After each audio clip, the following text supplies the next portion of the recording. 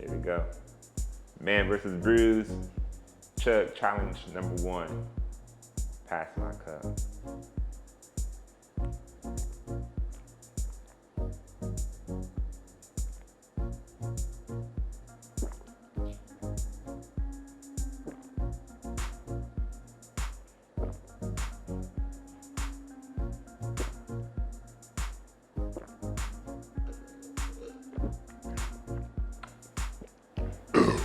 Holy shit.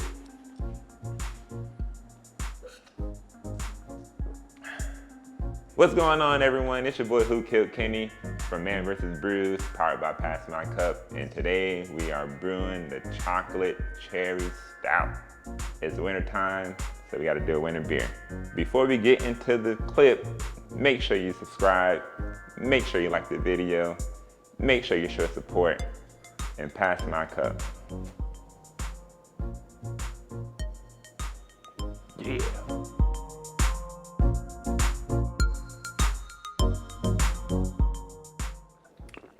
Rule number 1, before you start homebrewing, you always gotta have your sample of your previous batch. Today, we are gonna be making this chocolate cherry stout, all grain method this time around. I done upgraded. Inside this bag here, we have 8 pounds of US pale malt, 1 1/4 pound of chocolate malt, 1/2 pound of crystal malt, and it's all gonna go inside this kettle right here. Now, I'm gonna do brew in the bag method today, and the perks of that, everything is done in one kettle. My mash is done in one kettle, and the boil is done in the same exact vessel here. Get you some sanitized scissors, sanitize the bag, sanitize.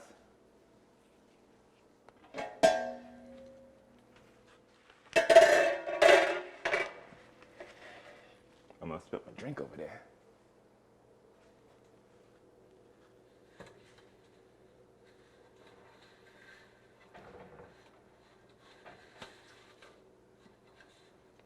Now this water is already preheated to my strike temperature, which is at 170.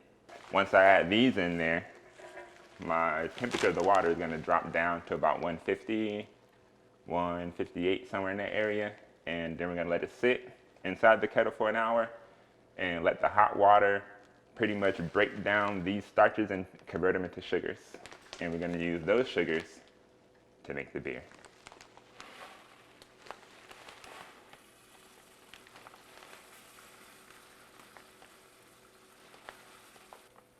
We'll get about halfway there. Gonna give it a little stir.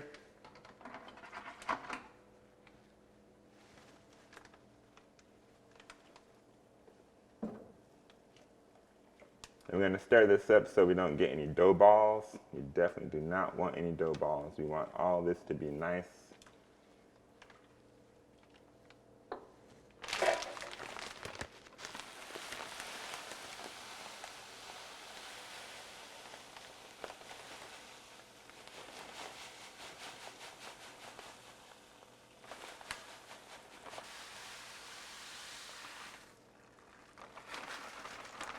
Gotta get every last little bit, every last drop.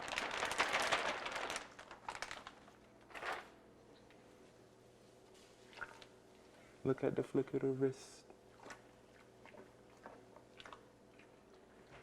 This is already smelling delicious. Wish y'all was here to smell this here. Get a nice temperature check. Make sure that we are at the right temperature to let this do its thing. All right, so basically what we're doing right now is letting this hot water and grains sit in this bag, in this kettle. And with that, that's when the whole starches are converted into sugars, and that's when we create our wort. We're gonna let that sit for an hour.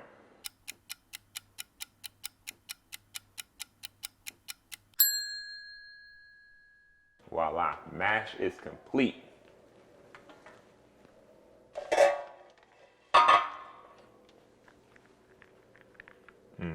You smell that over there? You smell that nice aroma?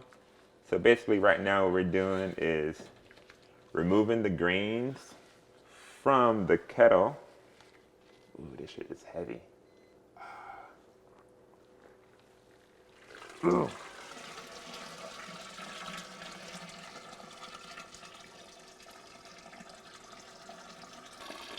And we're gonna let this drain back into the kettle. And basically, if we were doing the sparging method, that's basically what this is. Ooh, that's a tri-cent burner for sure.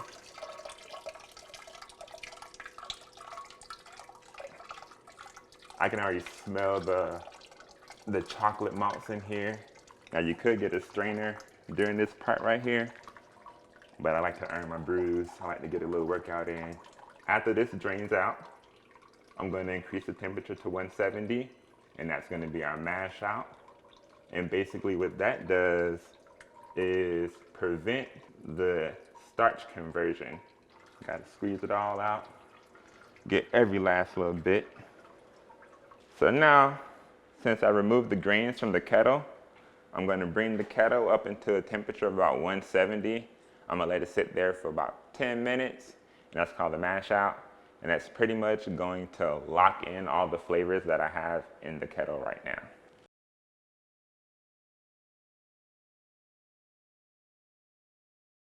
So right now, we're going to do a pre-boil gravity reading. So I'm going to take a sample.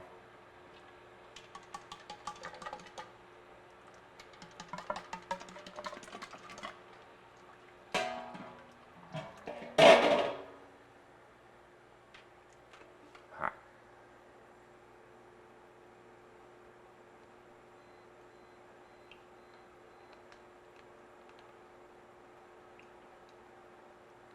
And this is just to get a gravity reading to make sure, or to do like a checkpoint to where my original gravity is on the right track.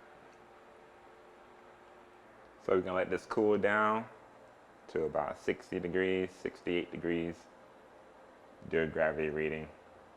I'll let y'all know how this stuff tastes for sure. All right, so we got ourselves a nice little boil over here. Not anything too extreme, which is cool. I'd rather have a settled boil rather than a aggressive boil and everything starts boiling over, which won't happen because I got this big ass kettle. Gotta make sure everything is sanitized. Sanitary is necessary.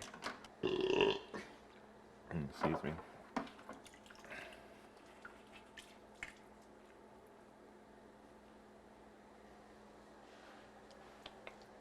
I like to use a hop strainer just to make everything less messy.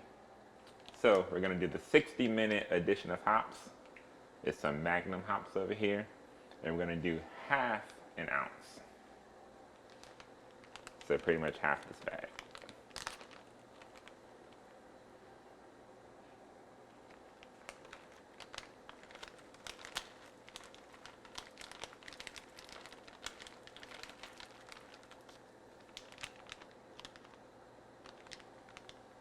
Maybe a little bit more than half, but oh well. So here we have half an ounce of Magnum hops. It might be a little bit more than half an ounce, but this man versus Brewz, we accept all challenges.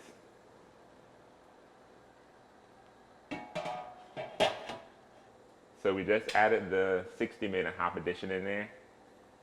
The remaining 10 minutes, I'm gonna add half an ounce of the cluster hops, and I'm also gonna add the wort chiller for the last 10 minutes of the boil.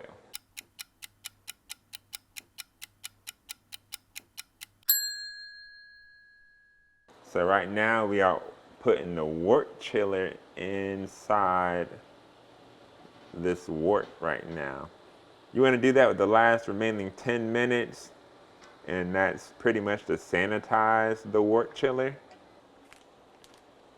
And we're also going to add the second hop addition in there, which is half an ounce of cluster hops. Again, we're going to put it inside the hop strainer. Makes everything a little less messier.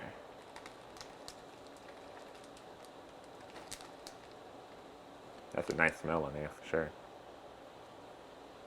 Nice and piney.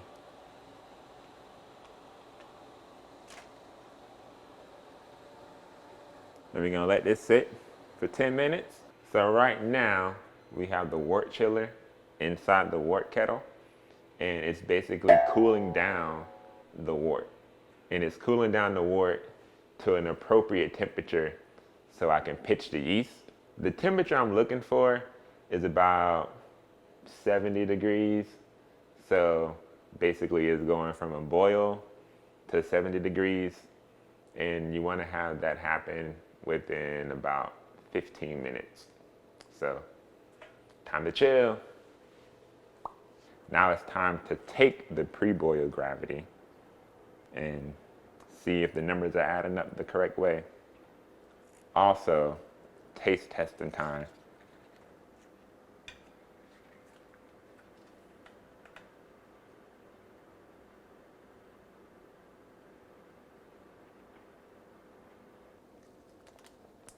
So right now I'm reading the good 1040.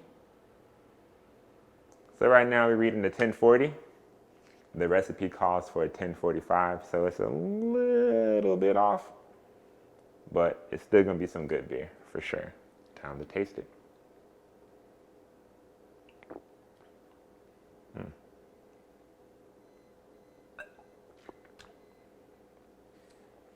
Definitely got like a good coffee note to it. Once I add the cocoa nibs and the cherry to it, it's definitely gonna punch through. I can tell it for sure.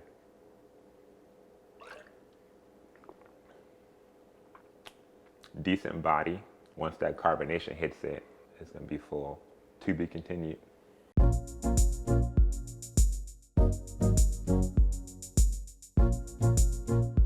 So now it's time to pitch the yeast. But before we do that, we're gonna give this a quick stir to, get some oxygen up in here, because the yeast needs oxygen in the wort, and that makes it work better. So, and this is whirlpooling. Whirlpool is done. Now it's time to pitch some yeast. I have Safe Ale US 05. That's the original one that comes with this one. But since this is Man versus Brewz, I'm gonna do some experimental kind of stuff over here. I'm gonna add a Safe Ale WB06, which is normally used in wheat beers, but I'm chasing after a slight banana undertone. So this yeast is gonna give it. It should give it, hopefully. We'll see. To be continued on that one. Sanitized scissors, sanitized packets, and we're gonna do half and half. We don't want too much yeast in here.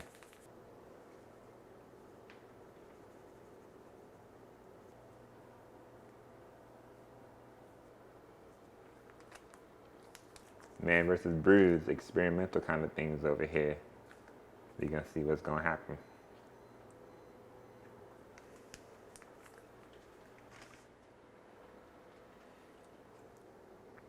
You want to put some alcohol inside this airlock.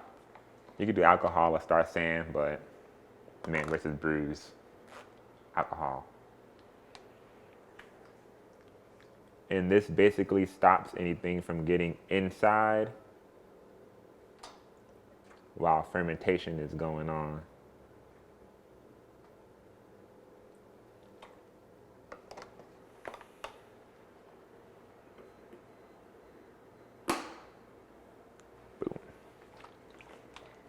And that completes beer day. So we're gonna put this inside the closet.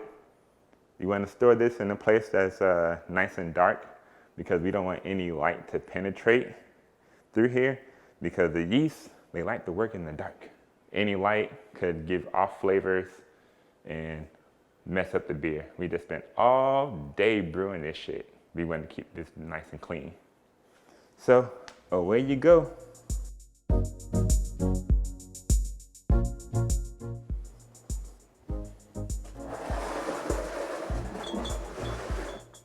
I shall see you in a week or two.